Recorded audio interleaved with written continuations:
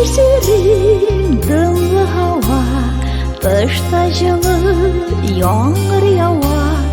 Emine serin ışığında, şunday rahat ışık mında.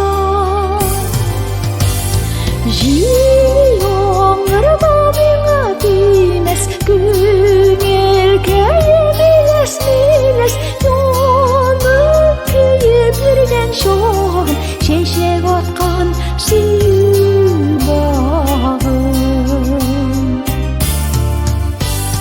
Zengirsirin arasında, rahatlanıp alamında, şeşlerime sürin kodap, yılmayaman kökke korak.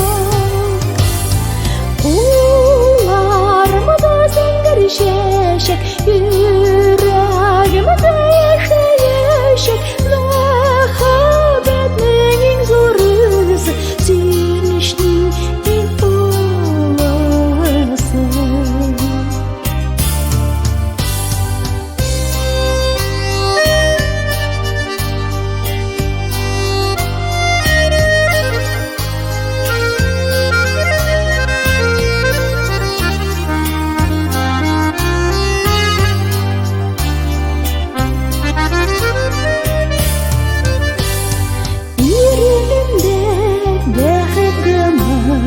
Yeneşemde serin sana, ufuklarına nurga manşıp, şayan kayaş durar.